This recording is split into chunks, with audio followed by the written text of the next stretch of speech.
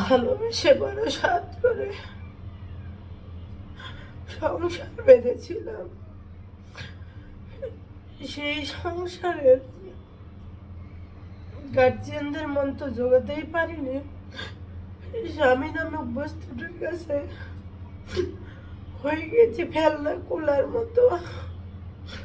ফেলনা কুলাটাও কোনো এক সময় ছাই ফেলানোর কাজে ব্যবহার করে। আমার দামটা তার চেয়েও নগণ্য হয়ে গেছে।